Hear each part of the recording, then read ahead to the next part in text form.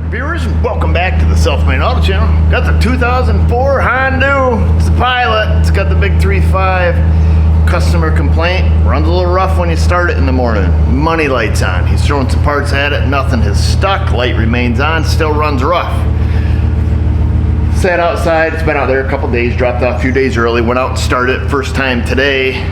Fired up. Does run. Obvious misfire. Started up. Boom, boom, boom, boom, boom, boom, boom. It only did it for about 20 seconds and then it kind of cleared up. So I shut the key off. You know, light flashed at that point, indicating a misfire. Shut the key off, waited 20 seconds, started again. It was dead smooth. Light remained on, pulled it in. So, you know, maybe, less than a minute of total runtime. So the engine's still stone cold. But when I pulled it in here and shut it off, hopped out, slight breeze was blowing in.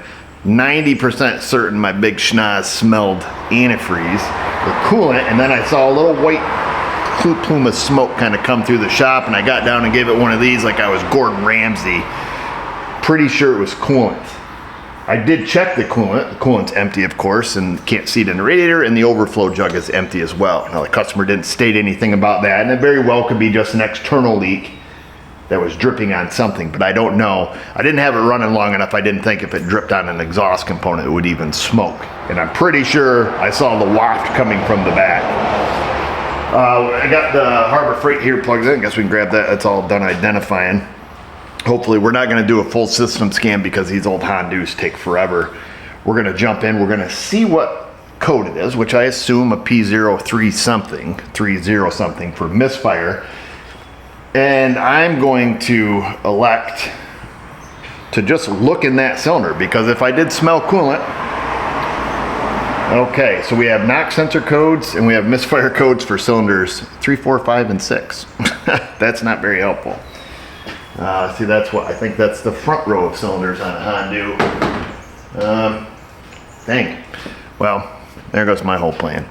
That's what I was hoping to do, folks. It did not feel like a 3-cylinder misfire when it was out there running. Let me look through maybe some mode 6 data to see what cylinder is misfiring the most. Maybe it's just flagging a bunch, or maybe the customer's been fiddling. I do see a brand new knock sensor sitting in there on the center console from the CarQuest, so perhaps he already knows about that or suspects it's bad or something. Let me see if we can narrow this down and kind of go from there. If not, we may end up waiting to try to get to misfire again and then catch it like that. I don't know. Time will tell. Well, no real help with the scan tool. Mode 6 is pretty well worthless. No misfire data in the data stream on the OEM side other than misfire yes or no. Well, we can tell that. So we're going to pump this thing up. 1.1 bar, right? Is that what it says? I think so. I can't read Japanese, but I assume that's what the 1.1 is.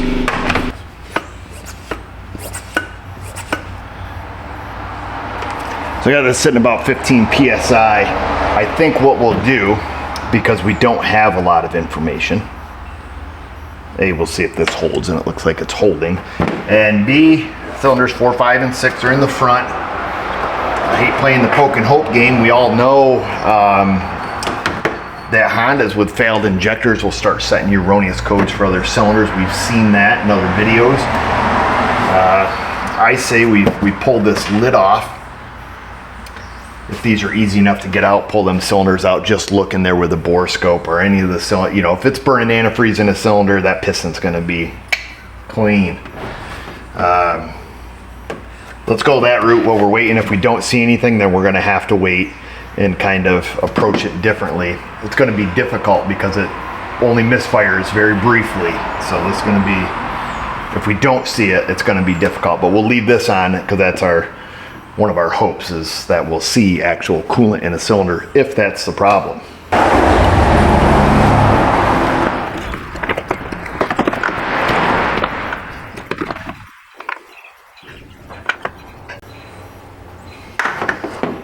All right, well, let's grab a spark plug socket and see what we see.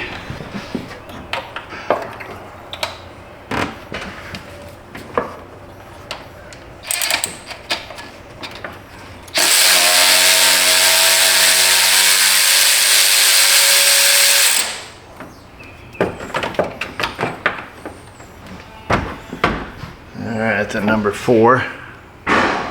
Doesn't look too unusual. It's been in there a while. I don't see any carbon tracking up the side. Check number 5.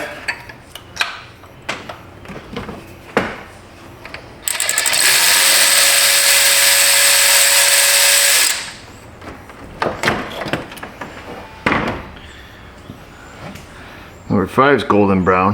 Definitely darker than number 4. So that's interesting. Make a comparison there just looking at the porcelain. Probably can't tell on the camera, but okay, definitely much whiter.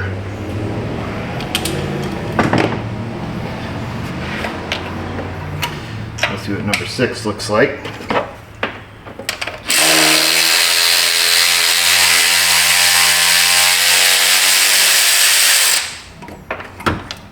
Came out much harder than the rest. Oh, what we got here?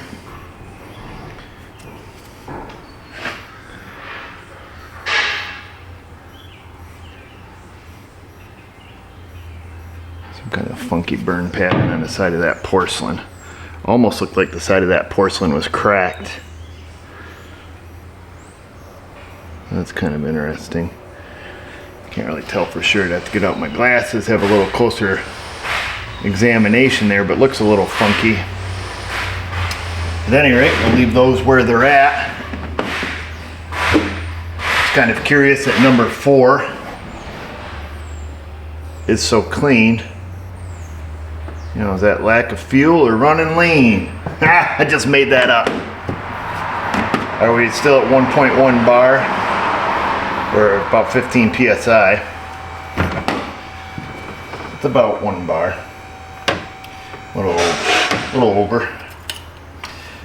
Let's have a little gander down the hole, see if anything looks funny. Oh, this could go horribly wrong or not. Gonna be using the Depth Stack Go Mr. Wiggle Stick, I call him. Whee! Huh? Look at that. If it works out correctly, I'll be able to record and do some kind of fancy screen overlay. If it doesn't, well, then it won't. So we're gonna hit, so you can take pictures and you can record. So now we're recording with it. All right, here's looking at you, kid. We're gonna go cylinder 4 at first. Sit down my hanky. Now this is not the rigid cable one, so it's going to take me a minute to do what I've got to do. This is embarrassing. There we go. Okay, so this piston is nowhere near the bottom. We'll wiggle around here. And we still may be able to see. Oh, is that? Thought I just saw a little. Thought I saw a whoosh. This might just be oil streaking. Now, kind of looks like it may be coolant, but it's probably oil. We might have to run this. Oh, what's that? Hello. That looks pretty liquidy and shiny. Is it gonna drip? We're a little too close. That looks like water to me. See if it kind of collects there. We're gonna have to run this piston down. So what we're doing is we're just looking along the crack of the head gasket there. Of course, it appears the valves are open.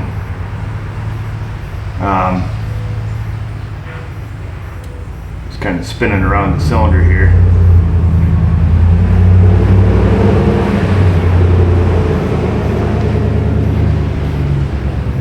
Yep. Hey, look at that. Boom. What do you know? What do you say? So cylinder 4 has coolant going into it.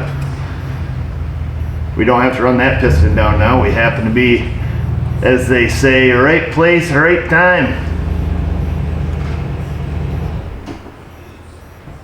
Come on, baby.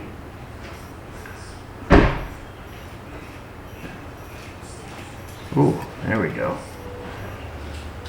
This is cylinder number 5.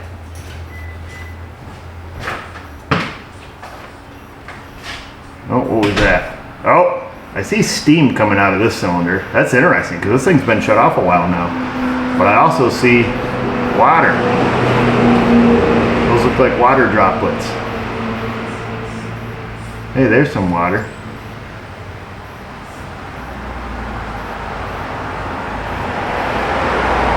Let me get down here.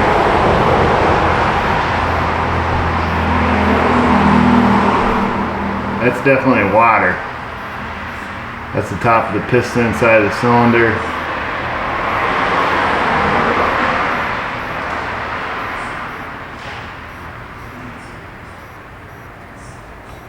See if we can spin around.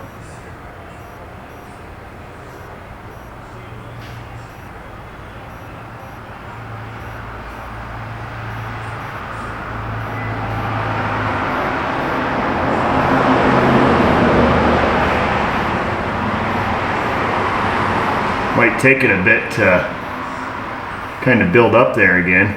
We can wait. We've got that kind of time. But definitely water droplets. I mean, they can't come from anywhere. That's not condensation, folks. And this may be worse if it was stone cold, like Steve Austin. Oh yeah, I think we're gonna get to see it. That's definitely building up there.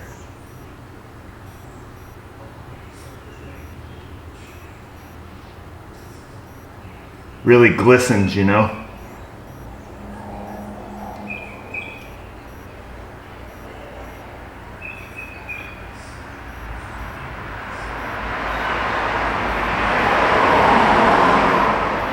Prepare yourselves.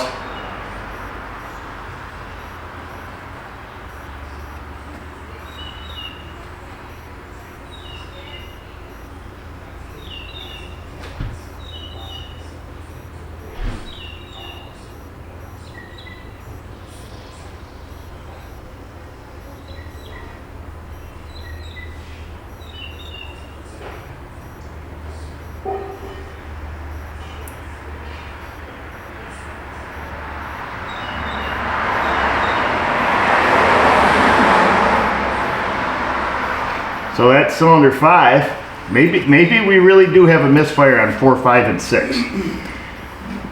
So we're gonna go in number 6 here. It doesn't really matter because it's done at this point. But we can always have a lookie. Oh man, is that? Holy crap biscuit, this is a lot of water. Look at that. We got a damn lake in here. That's all water, folks. It is finished. The show is over. We're gonna have to crank this over before we put plugs back in it.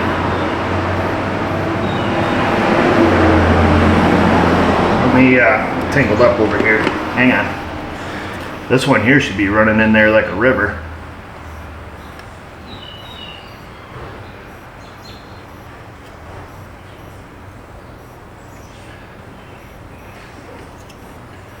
Where are you coming from, old son? Oh, right there.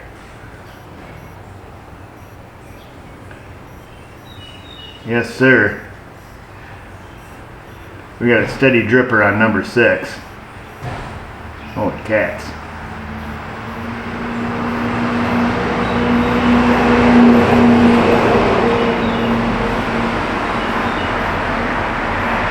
Yeah, look how much coolant's down there.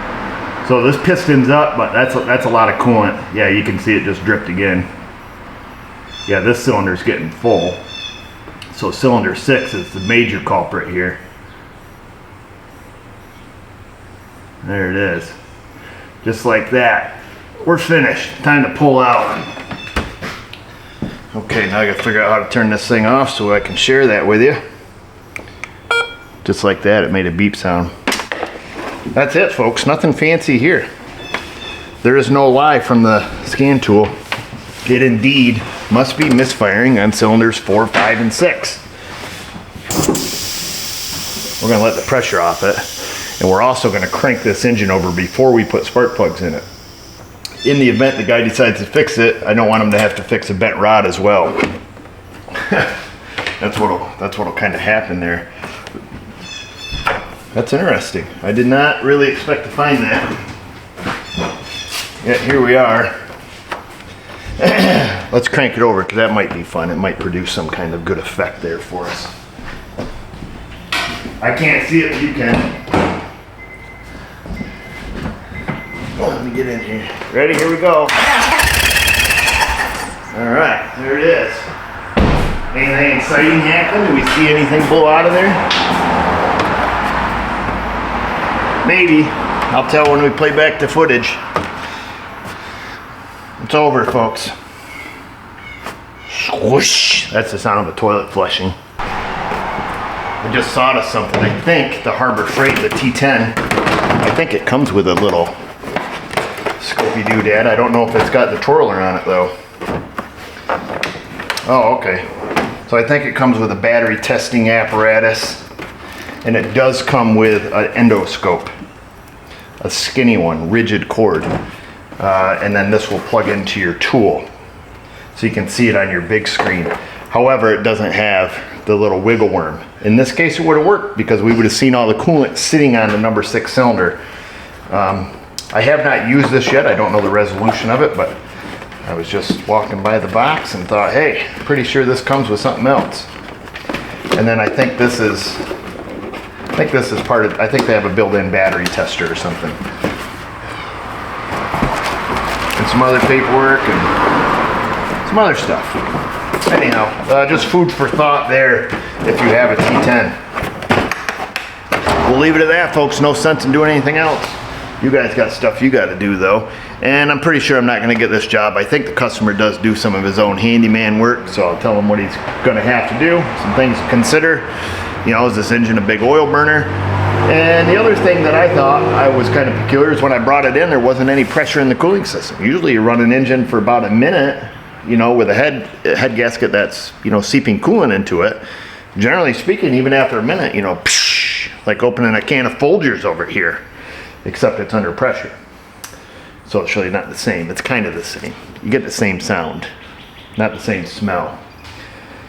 And as far as I know, the customer has no other complaint. They're not complaining about it overheating or, you know, anything like that. But who knows? Maybe say less, pay less. I don't know. You guys know what to do, though. You know what's going on. Comment section, folks. Insta, Facebook. I'll put a link to that camera if you're interested in it. And just remember, viewers, if I can do it, you can do it. Thanks for watching.